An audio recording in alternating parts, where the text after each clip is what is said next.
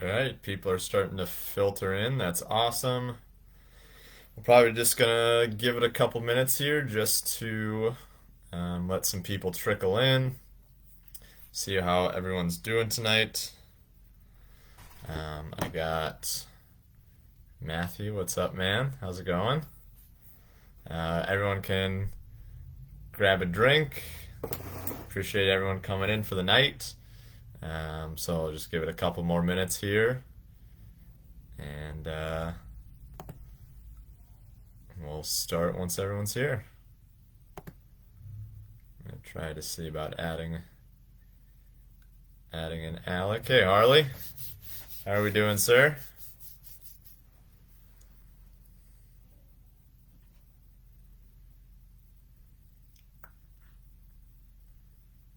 All right, we'll just get some more folks in here and get started.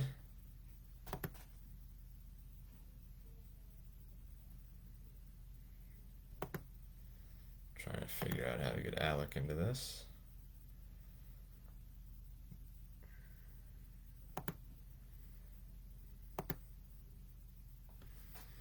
Let's see what I can do here. Seth Sen, buddy, I have not talked to you in a while. I miss you, pal.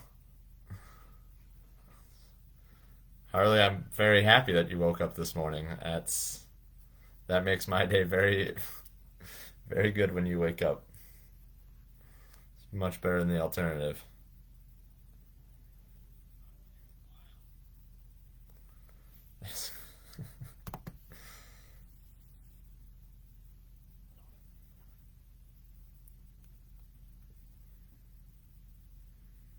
We got a few other people rolling in here.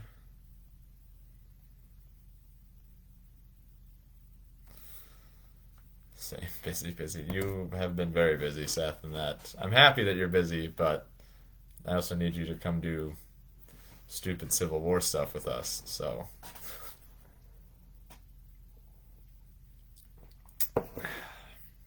you guys grab a drink. You can put in the comments what you're drinking tonight if you got something. And we'll give it about one more minute, and then we'll get started here.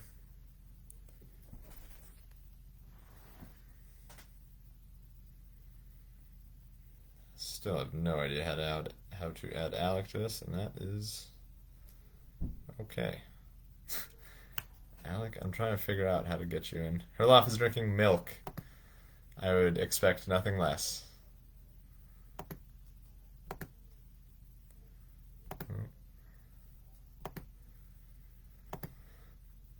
Alec, I have no idea how to let you into this, so you're just gonna have to work silent. Run deep in the shadows of the comment section for me. Milk is a solid choice. Dave, happy you're here. I should pull up registration too while I'm here.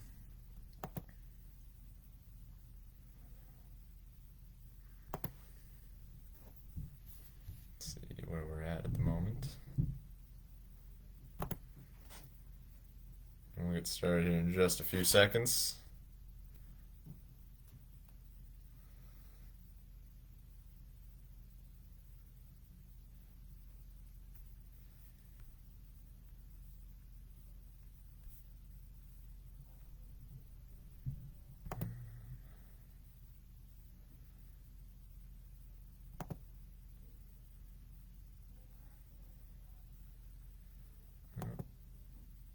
Oh.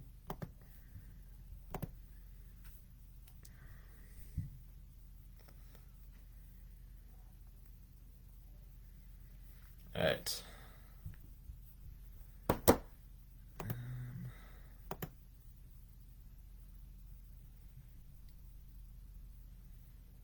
We are gonna get rolling here.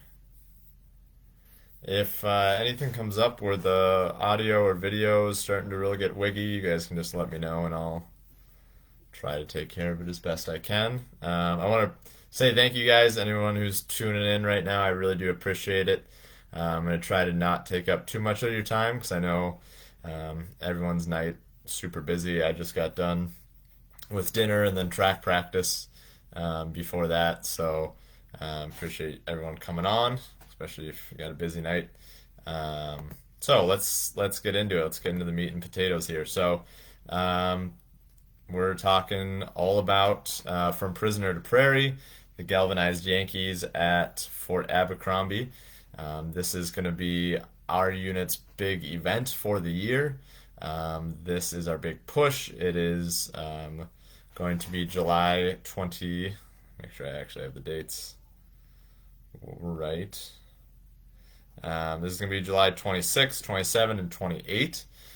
So it is the last full weekend in July.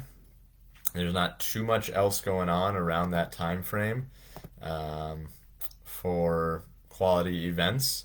So really appreciate anyone who's interested in coming out our way for this event. I think we've created a pretty unique scenario and a pretty talking about a pretty unique part of history, especially up here on the Northern Plains. So it should be a great event, and we're really lucky to have some awesome people working alongside Alec and I to put this together, and we'll talk about them in just a little bit here.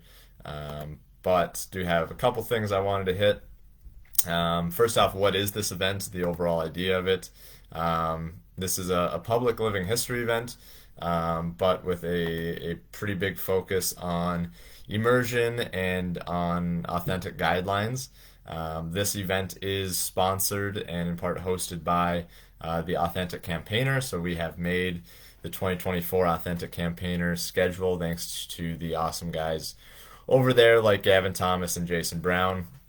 So it's a public living history. If you are familiar with some LR events like the first Minnesota event or some of the other awesome stuff that's been going on across the country, that's really what we're focusing on is public living history, while also trying to be authentic and immersive as we can on our end with the site and with impressions and stuff like that. And the story that we are trying to tell, we're fudging time and space a little bit, but we're doing that in service of the story, really. So we're really focusing on the story of Company A of the 1st US Volunteer Infantry Regiment. These guys have, I think, an incredibly unique story. We don't often think of North Dakota, Minnesota, Confederate soldiers being up here, and obviously the Confederate Army was never in this neck of the woods, but there were former Confederate soldiers that made up several different regiments that were up here. And so Company A of the 1st U.S. Volunteers was at Fort Abercrombie for the tail end of 64 into 65. These guys were entirely recruited from Point Lookout in Maryland. Point Lookout was a pretty rough federal prison camp. If you've ever done an LR event, they use Point Lookout pretty regularly. I've been to one of their winter quarters. It's a really cool site. Can't say I would have wanted to be a Reb prisoner there.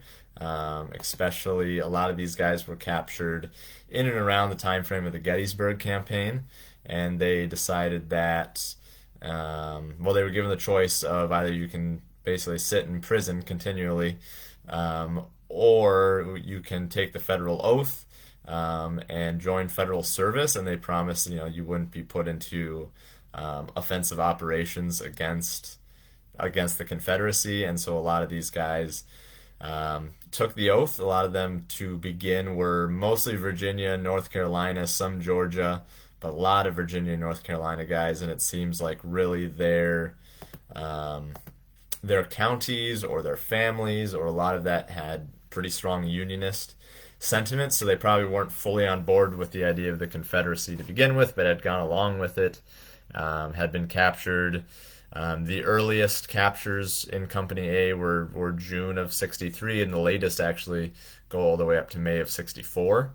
There's a couple guys that are brought to Point Lookout in May, just after like the Wilderness and stuff like that. So these guys all took the oath. something that has been recreated. It was, I know the LR, I keep bringing them up, but they have recreated this at Point Lookout. We're certainly not the first event to want to do something like this, and we're definitely not even the first event to do Galvanized Yankees on the Northern Plains. Joe Beadle did an awesome Galvanized Yankee event at Fort Sisseton a while ago, and just this week, Purgatory Canyon is also telling the story of one of the other regiments of Galvanized Yankees. But what we want to do differently is we're going to kind of collapse Fort Abercrombie into both Fort Abercrombie in 65 on the frontier, but also turn it a little bit into Point Lookout in the spring of 64. And the way that we're going to do that is by allowing you, as the reenactors who have registered, to kind of choose your own adventure a little bit, and do the impression that you want to do. So that means that when you register for the event, you were given the option as a military reenactor to do a Confederate prisoner impression, which during the event will then transition into Federal infantry, or to stay Federal infantry the entire time. The point of this event really is to showcase the process that these guys undertook from prison pen, taking the oath, getting issued all of their federal gear, and then being at Fort Abercrombie in 1865, which was really one of the last stops on the Northern Plains before you got out to really Montana. There was a really only Fort Rice between Montana and North Dakota or Minnesota, so these guys were really on the edge of the civilized world in many regards.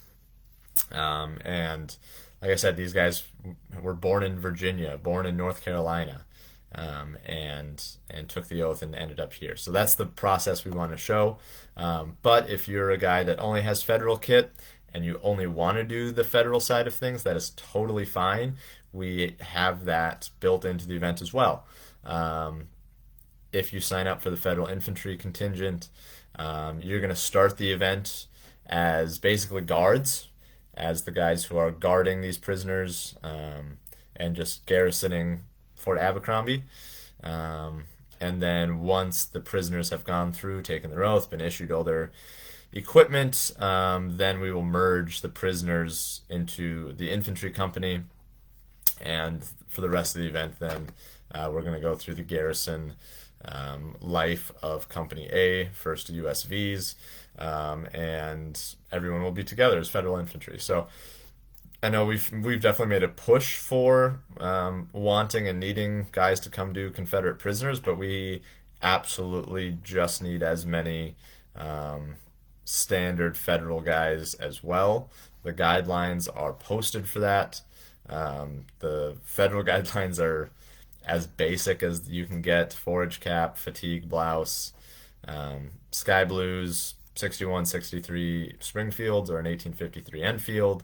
Like, it's pretty wide open, and I think even the Reb stuff is pretty wide open. I mean, you don't need any of the accoutrements. It's just you're a prisoner, you have your uniform and some baggage, and that's it. And it's all A and V focused. I know a lot of guys out here have that Western stuff, but for this, it's A and V, so it's Richmond depots, frocks, even some, English Army cloth stuff, because we do have guys that are captured in late 63, early 64, when that is starting to really be issued in mass numbers to the Army of Northern Virginia. But that's really the overall attitude of the event.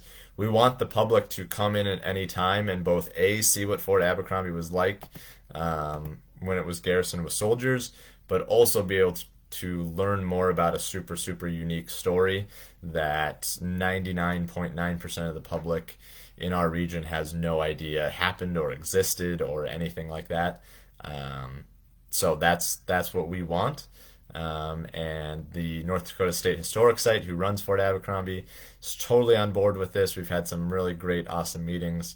The site director at Fort Abercrombie is a great friend of ours. We've worked with him for many years.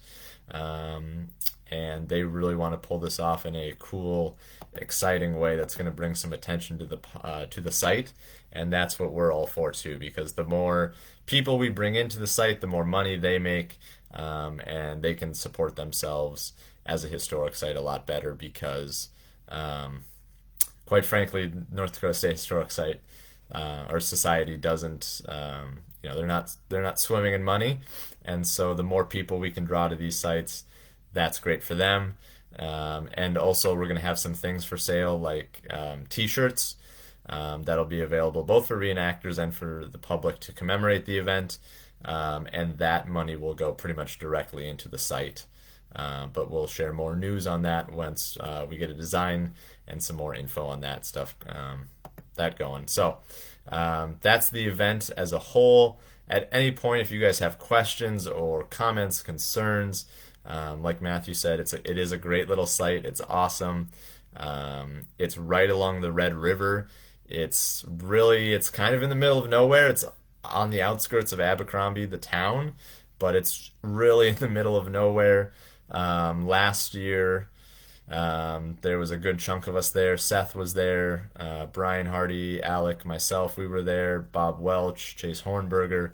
We were out there one night, and we saw the Northern Lights in early August, late July at Fort Abercrombie. So there's no air pollution, no light pollution. So if you want to come see the Northern Lights, you have a chance of seeing them in July at Fort Abercrombie, which is pretty cool too.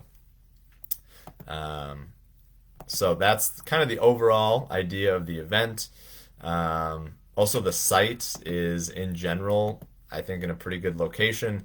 It's only about 4 hours from the Twin Cities, so if you are flying or are in the Twin Cities area, it's only about 4 hours, so not a bad haul at all. Also, it's 30 minutes south of Fargo, North Dakota. I know Fargo is, for a lot of you, not a metropolitan center, but for North Dakota, it's our biggest city. And they have a good airport, and it's only about 30 minutes south of Fargo.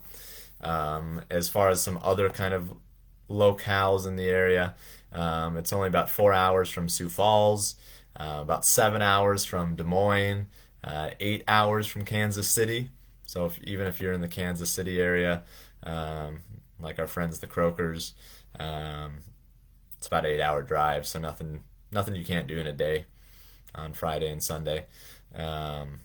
But that's the site. It's a great little area. They do have the original guardhouse, so Harley is going to be in charge of our guard for most of the event. He gets to operate an original guardhouse. There's also a few reconstructed blockhouses, as well as reconstructed palisade walls, which right now at the site are falling apart. But as evidence we've found, in the summer of 1865, those palisades were about 3 years old. They were put up right after the siege at Abercrombie in 1862 in October. And so their palisade walls were falling apart too. So even that is pretty accurate. So you're going to get other than the buildings, we're going to get a pretty good idea of what the place looked like. It's right along the Red River. I mean, at any point you can jump in for a swim or go fishing in the Red River. It's a really great little spot. We're going to keep this moving here. We've talked about who the Galvanized Yankees were. Fort Abercrombie in 65 is, like I said, kind of one of the last stopping points.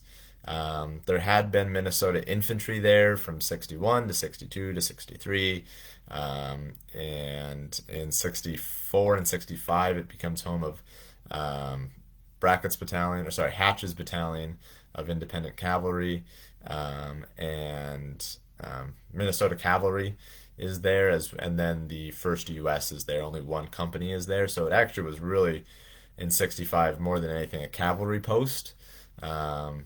But we're not going to be recreating really the cavalry side of things unless there were some cav positions that were in the staff.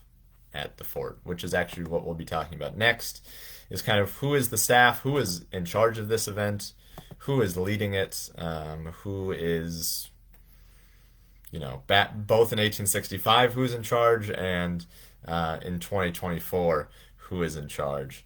So obviously, Alec and I are. Alec and I are putting on the event, but we have some really awesome people, some really, really awesome people helping us out.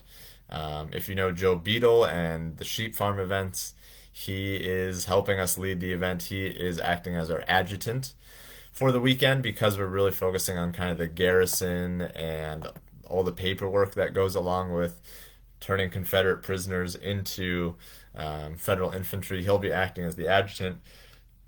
Beadle is a great guy and has a just awesome resume of reenacting, so we're really excited to have him. He'll be acting as Second Lieutenant George Freudenreich, who was in the Independent Cavalry, as well. Then our post commander, I'm really excited to say that Pete Berzik has agreed to come up from Nebraska and is helping us out as the post commander. And the post commander at Fort Abercrombie in 1865, I think, has one of the most interesting stories that we're going to be telling over the weekend. His name was Charles Powell Adams. He was had been in the 1st Minnesota Infantry. I think we all are very familiar with the 1st Minnesota Infantry. They don't need a lot of explanation here. Started as a private, was elected to be a captain, went on to, I believe, a major. And then at Gettysburg, he was a lieutenant colonel. And during the charge of the 1st Minnesota at Gettysburg, after Colonel Colville went down, he was in charge of the regiment for maybe 10 minutes. And then he is what many had thought was mortally wounded at Gettysburg. But he did survive his bullet wounds. If I remember right, he shot 3 or 4 times, a couple through the chest at Gettysburg. And eventually, recovers, comes back to Minnesota. They're recruiting this new Minnesota Cavalry Regiment, and he joins Hatch's Battalion of Independent Cavalry as a lieutenant colonel, and he is in charge of the post. And I cannot imagine what that was like for a guy who had been, in the 1st Minnesota, had seen First Bull Run, had been wounded at Antietam, had been seriously wounded at Gettysburg, to now be at a post where there was an infantry company made up pretty much entirely of Confederate soldiers who fought at Gettysburg. I mean, there weren't any dudes from Wilcox's brigade that I found that were in Company A, but that sentiment of like, those guys were literally shooting at me 2 years ago. Like, I have the scars and the bullet wounds to prove it. That's a very interesting story to tell. And I'm really excited. I think Pete is the perfect person to give that aura and give that vibe, so we're absolutely blessed to have him, and he is obviously has a wealth of knowledge and experience in both the U.S. military and the Marine Corps and in our reenacting military. So really excited to have him. I will be acting as the post quartermaster, J.E. Music, who's also a member of Hatch's Independent Cavalry. Quartermaster, we will be, all the prisoners, guys portraying prisoners are coming in with their, A&V duds on, looking like they've been in a prison camp for a couple months. They're coming in. You guys are just like it's Ice Cream Suit. If you saw any of the stuff coming out of the Pea Ridge Ice Cream Suit event that Schuster and Lips and all those guys that they put on, we're going to do something very, very similar where you're coming in with your prisoner gear on. You're going to give me your federal gear. We're going to mark it, make sure it's all set up properly, and then during the event we are going to issue that back to you. So I'm excited to do that. I love paperwork. I love that part of reenacting. This stack of paper I have next to me is a lot of the paperwork for this event and a couple other events that we'll be doing this year. So I'm excited to do that. Bob Welch has agreed to help me as the quartermaster sergeant. I've also got a clerk to help me out with all of that. So excited to do that. I'll be acting as the a captain for the quartermaster.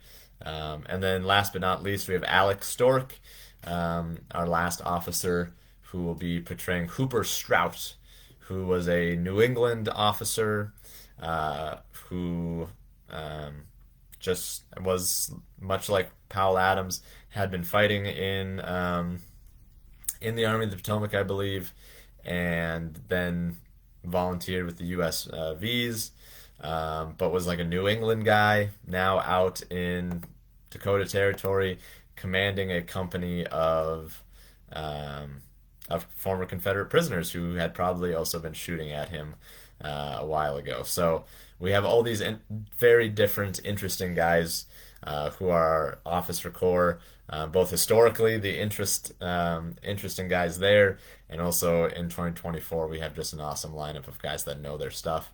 I think I'm definitely the odd man out when it comes for knowledge and drill and all those things. So I will let Alec and Joe and Pete run the show, do their thing, and that comes to Harley as well, running the guard. One thing I'm super excited to announce, though, as well, is that we will have a sutler at the post doing, period correct sutler things. Chase Hornberger is an awesome guy. Started reenacting on the East Coast, but now lives in the Twin Cities. And he'll be our sutler for the weekend. David McCauley, who was a prominent sutler at Fort Abercrombie. So he'll be plying his wares to all of you guys. And then as well, we also have the marvelous skills of Katie Jacobs and also Harley's wife, Patience, cooking for us, and that ensures that everyone will be very well fed. No one will starve, and it's going to be really good food as well. If you've gone to any of Joe Beadle's events, they do an amazing job cooking. If you were at the Fort Abraham Lincoln Garrison 2 years ago, they did an awesome job cooking. They know what they're doing, and it speaks for themselves. They do a great job cooking, and we've got some other people who are going to be helping them on the civilian side. One thing I do want to say, though, is the civilian side is closed. That actually filled up the fastest. So we have closed the civilian side of things, unless for some reason we get just an ungodly amount of Confederate and federal reenactors to balance it back out. I don't see that. If we add 20 more guys on each side, then sure, great. But civilian is closed, but getting those Reb registrations, getting those federal registrations. I'm excited to have a great time with all of you. I really think this event can be something special with a unique scenario with people coming from, at this point, across the country. We have people registered from far and wide, from Indiana, from God, Dave, you're in Arizona. We've got people from all over the world coming in. So if you're in South Dakota, if you're in Montana, if you're in Minnesota, Iowa, this shit ain't that far. So hop on, you're gonna have a good time. Like I said, this is a approved AC event. This isn't anything, hokey. This isn't some Farby thing. We do this stuff right. We really make sure that if you're going to come to one of our events, I'm going to make sure it's memorable. I'm going to make sure you have a good time. I'm going to make sure that your time, your money, and your effort to get here was worth it. Because that, at the end of the day, I understand this hobby is not cheap, and a lot of people put a lot of time and effort into it, and the travel is expensive and hard with work. So if you come out, I promise you a great time. There's going to be plenty of little things and little surprises throughout the weekend that I think are really going to make this a special time. So, with that, I think I've hit pretty much all the stuff that I wanted to hit. I mean, we can continue and keep talking about guidelines or talking about some of the history, any of that stuff if people have those questions. Alec has been putting some great links in the chat for our website and answering some of the questions, which is great. So keep a lookout for that kind of stuff. I think our goal is to put this video on YouTube as well, so that if someone doesn't have Facebook, you can share it with them, send them an email, do anything like that. One question I do want to touch on that I saw from Harley was what was the general attitude of the federal troops towards the USVs? We've really been trying to find some stuff from Minnesotans on the views of these guys. I've been posting the diary of, oh man, I can't remember his name, but a Minnesota cavalryman at Abercrombie the same time as the Galvanized Yankees, and he only mentions them like twice. One, a guy by name he mentions who is a Galvanized Yankee, and then the other one that he mentions is someone from Company A deserted, and the desertion is noted in his diary, and he just says like a Reb ran away today. So they're still referring to them as Rebs, right? That and this isn't a guy who's ever seen combat against Confederates, by the way. This is a Minnesota farmer who joined the cavalry and was stationed at Fort Abercrombie and Fort Pembina in most of his service. But he's referring to these guys in Company A who are entirely in federal uniform, who have been in federal service for well over a year at that point. But he's referring to them as a Reb, or he's saying that Reb ran away, and I think that's pretty telling. He doesn't say, oh, somebody from the infantry ran away or somebody from Company A ran away. He says a Reb ran away, and I think that's pretty telling of the attitude of these guys. But I think it was a lot of just indifference and they're gonna do the job and they'll be out of here at some point. Harley, as far as the federal garrison, we would like everyone to be pretty, you don't have to be super spit and polish. We're not going out with dress gloves and shoulder scales like Fort Lincoln, but we do want you to at least be clean. Alex running the infantry show a little bit, so maybe he can comment a little bit his expectations, but I will definitely say you should be polished up a little bit. You should be cleaned up. We're not going for you've been in the field for 6 months. These aren't Sherman's bummers. These guys have been at Fort Abercrombie. They're getting pretty constant resupply at this point, both via the Red River and the wagon trains. The fear of like Indian attack has really subsided, so it's going. So that's kind of where I'm at with it. But like I said, if Alec has other expectations for you guys in terms maybe of dress gloves for guard duty and stuff like that, then he can comment otherwise. But my biggest recommendation for you guys is check out the website, check out the Facebook page, keep sharing stuff. Right now we're sitting at 28 registrations. Let's get to 30 by the end of April, and then let's get to 40 before the event. That's my goal personally. So that's 12 more registrations until the end. That's really what I want to hit is 2 more to get us to 30 by the end of April, and then 10 more by the time registration closes, which is going to be probably early July. Give us about a couple 2-3 weeks to plan out after that. So that's my goal is 40, and that would be about 10 civilians ish and staff, and then 30 prisoners and infantry together. So there's going to be a lot of cool stuff that we haven't talked about yet. I mean, you're just gonna have to register and find out. but I think we have a great scenario, great people. I mean, I'm like this is a dream team set up here, guys, and I'm pretty excited, and you should be too because this is going to be a great event. So make sure you register. If there are any other questions, I'll stick around for about another 5 minutes here and answer any questions, comments, concerns. One thing I didn't talk about was tentage. We do want to try to keep everyone in common tents, A-frames, or Sibley tents if you have those. We're going to try to then line you up in wherever area of the fort you should be. So if you were at, like, say, Fort Ridgely that Joe Beadle put on a couple years ago, something very similar to that, like the enlisted guys will be in tents in front of where the barracks were. We're going to try to isolate the prisoners a little bit until they become the infantry. But common tents, A-frames, Sibley tents, that's the goal. If you only have a shelter half, we could try to make something work with that. But if you got a tent, let's bring it.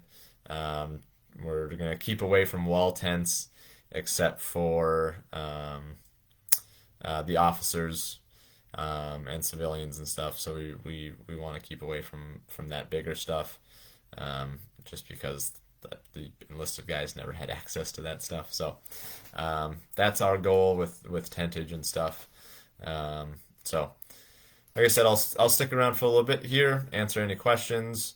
I want to thank all of you guys for taking half an hour, 40 minutes out of your night. That means a lot, but spread the word. We'll put this on YouTube. We'll get it shared around and get people registered. That's the big thing. 2 more by April and 10 more by July. That's what I want, guys. So let's make it happen. So if there are any questions, just let me know. Put it in the chat. Otherwise, I'm just going to keep drinking.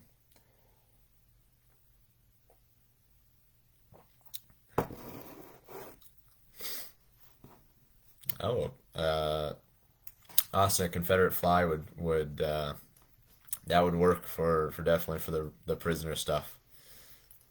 That would definitely be pretty cool, I think. What time do we go live on Friday? That is a great question. We're still working out this full schedule right now, but generally about 7 or 8 is when we try to go full live on Friday. Friday, we don't have a lot going on expectation-wise, but just kind of get everyone settled in and make sure everyone's in the right spot. But registration will probably open noon on Friday, a little bit before that, depending on when I get down there, and then generally try to go live about 7:30 or 8. So that's kind of the expectation of when you should be down there. But that's a great question, Matthew, and Austin, and that should work as well, bringing a fly for the Confederate side of things. And there is a book on the Galvanized Yankees. I did forget to mention this. Maybe Alec, I think Alec has it, if you can put it in the chat. But it's called The Galvanized Yankees by somebody Brown, I think, is their last name. Mark, our big goal is always to be done at 11 or noon on Sunday. We do have a program Sunday morning for the public that we're kind of like contractually obligated to do. But after that, and then about 11, I understand a lot of people have flights and long drives. My drive from Fort Abercrombie is an hour and a half. So,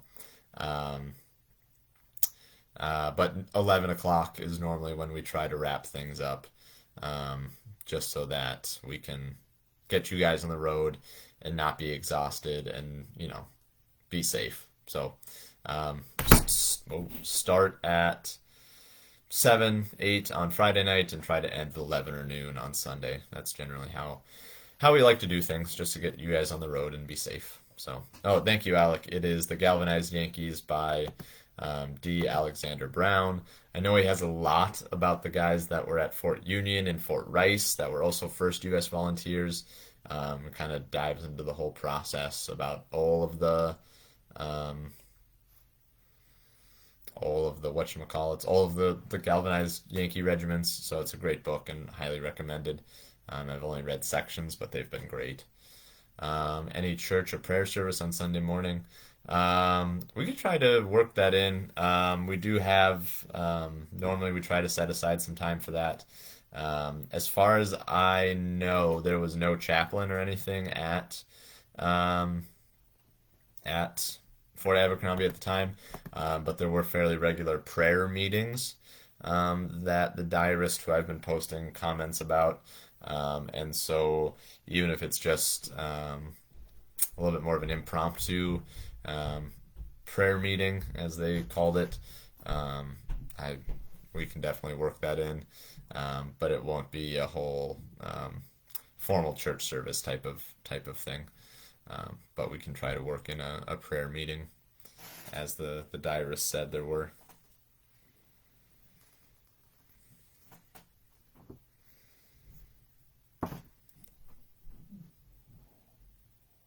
Mm. And one thing too that I've forgotten to mention is loaner gear. If you're watching this, if you've been on the Facebook page or looked at the website and you go, man, this sounds great, but I don't have the gear, or I don't have this uniform, or I don't have this, or I don't have that, hit me up. Facebook Messenger me, hit up Alec. We have so much loaner gear for this, it's stupid. Alec and I are both doing officer stuff, so we have federal infantry stuff to loan out. We have Confederate stuff to loan out. I mean, I made A and V Reb stuff for this because I wanted to do the Reb stuff, but I got to be in charge of stuff. So we have stuff to loan out.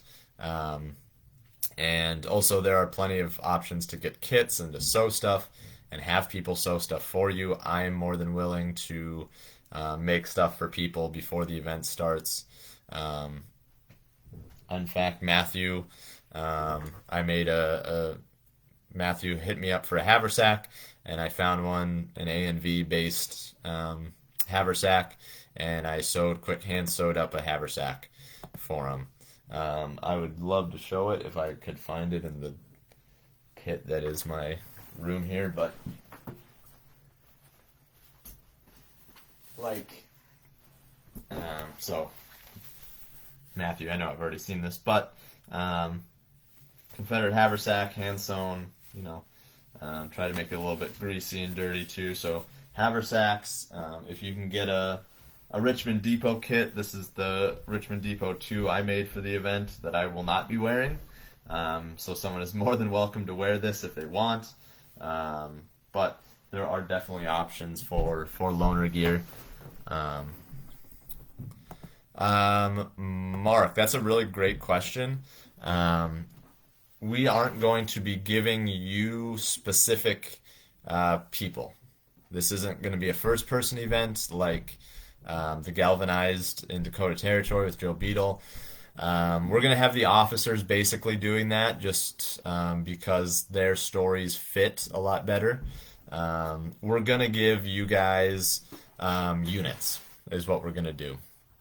I have the list of almost all of the units that these guys were recruited from and where they were captured. I'm going to give you that, but that's about it. So you might just know, I was captured in the retreat from Gettysburg, July 5th, and I was part of the 32nd North Carolina Infantry.